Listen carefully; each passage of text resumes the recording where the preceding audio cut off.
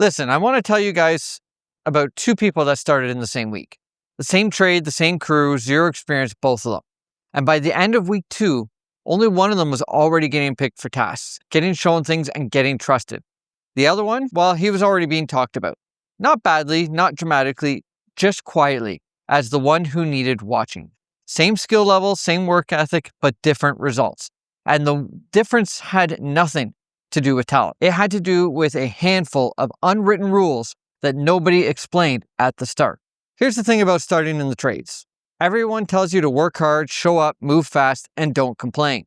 And honestly, all of that does matter.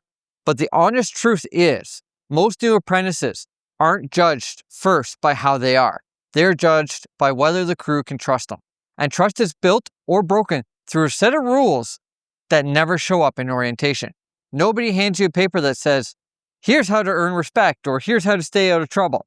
Here's things to avoid making you look like you're a liability. Instead, most people learn these lessons after an awkward moment, a close call, or a mistake that sticks longer than it should. So let's have a look at them. Rule 1, and this might be the most important of all of them. Never pretend to understand something when you don't. I know that sounds obvious, but watch what happens under pressure. There's this pull, especially early on, to look sharp, look confident, kind of like everything makes sense.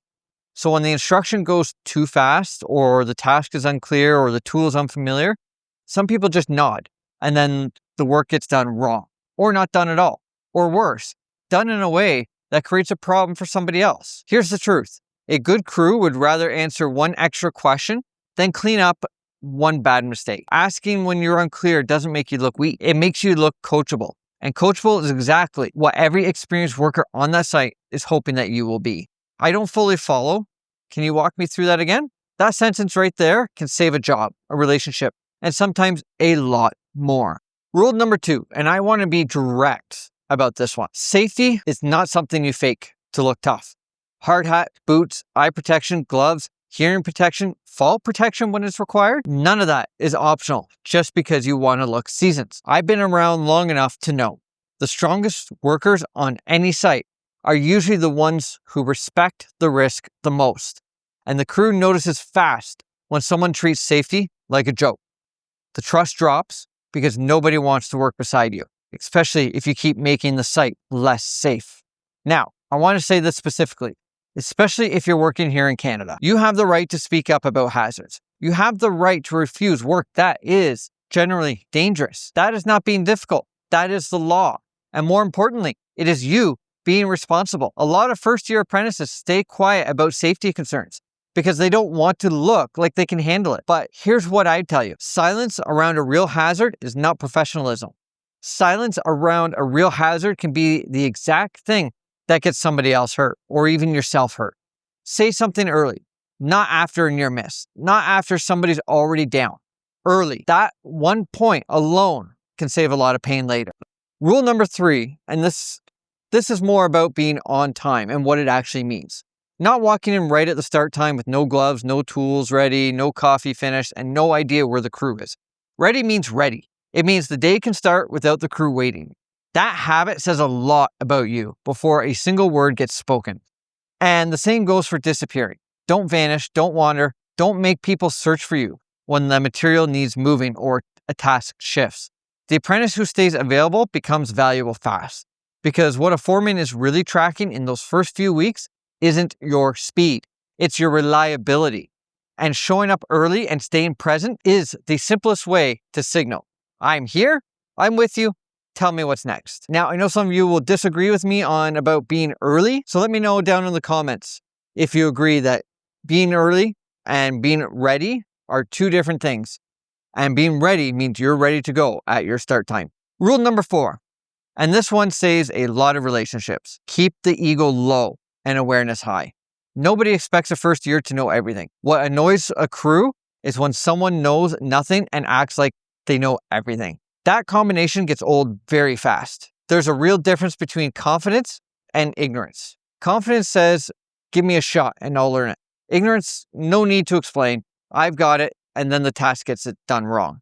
One of the fastest way to earn respect is actually pretty simple. Listen fully and repeat the instructions back if you need to. and then do the small things correctly. That's it. That's the whole move. Here's the fifth rule, and this one really should not surprise anybody. The small things matter more than what most people realize. Clean up after the task. Put the tools back where you got them from. Don't leave scrap cords, fittings, garbage in the walkways. Housekeeping sounds boring until someone trips, loses time, or starts the day angry because the area was left sloppy. Here's the unspoken thing in most people's minds. The messy worker becomes the unsafe worker. A good tradesperson is predictable. The crew knows what kind of site they leave behind. The reputation, clean and softly, builds fast. Rule number 6, and this one goes against the instinct of a lot of new people. Don't rush before the basics are solid. A lot of apprentices move fast early on because they want to prove their value. And I totally understand that. I've seen it in almost everyone who's just started. But rushing before the fundamentals are actually locked in is how mistakes stack up. There's a saying I've heard on many sites more than once. Slow is smooth, and smooth becomes fast. That sounds simple until you've watched the opposite happen. A better goal isn't frantic speed. The better goal is controlled reliability. Once the crew sees that the task gets done right the first time, every time, the pace comes naturally. They start giving you more because they trust the output. Rule number 7, and a lot of people get this one backwards. Speak up early when something is wrong. If a measurement looks off, say it. If material's running low, say it. If a mistake was made, say it before someone else builds on top of that. New apprentices sometimes think hiding a mistake protects them. Usually it does the opposite.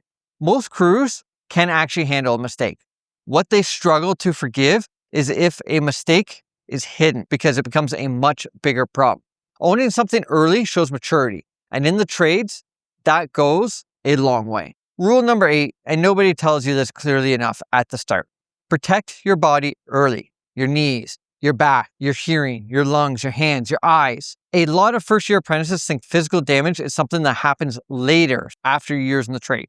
The truth is, bad habits start early. The way you lift material, the way you use a ladder, the dust you ignore because it's just one quick cut, the hearing protection you skip because, it's just a minute. Those patterns build fast, and it is so much easier to build smart habits now than to fix painful habits years from now. I've talked to journey people who would have changed one thing if they could go back to year 1. And most of them say the same thing. Take care of your body like your career depends on it. Because in reality, your career does depend on it. This rule separates people very quickly. Bring solutions, not problems. That doesn't mean acting like the boss. It means pairing the problem with awareness. Instead of, oh, that looks wrong, and walking away, this looks off to me. Should this be moved, checked, or shut down? Try that instead. That mindset makes you look engaged. It makes you look like someone thinking about the job and not just completing tasks. That one difference gets noticed fast. Here's the honest truth about all these rules. They're really only about one thing. Can they trust you to be honest when you're unsure? Careful when risk shows up. Respectful when the pressure hits. Dependable when the day gets chaotic.